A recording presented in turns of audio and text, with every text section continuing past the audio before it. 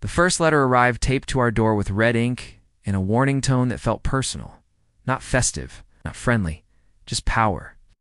It was 3 days before Christmas when the HOA president, Linda Cross, decided our family holiday needed supervision.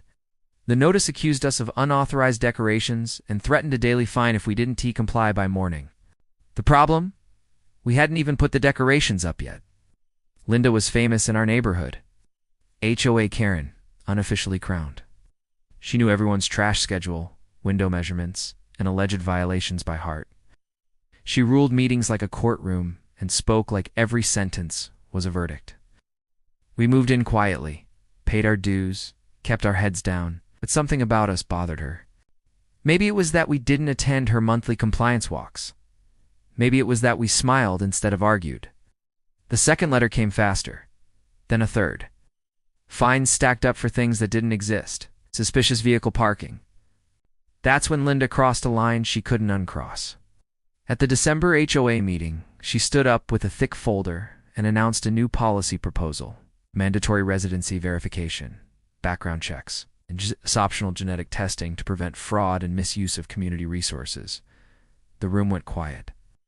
She smiled like she'd already won. What Linda didn't know was that I worked in municipal compliance before we moved. I had spent years studying HOA bylaws, state housing codes, and federal discrimination laws. I didn't argue. I didn't raise my voice. For the next 2 weeks, Linda escalated. She sent emails late at night. CCD lawyers. Threatened liens. She even hand-delivered a voluntary DNA testing information packet with a red bow on top, like a Christmas gift wrapped in control. So I did what quiet people do when they're pushed too far. I documented everything. At the January meeting, Linda was glowing.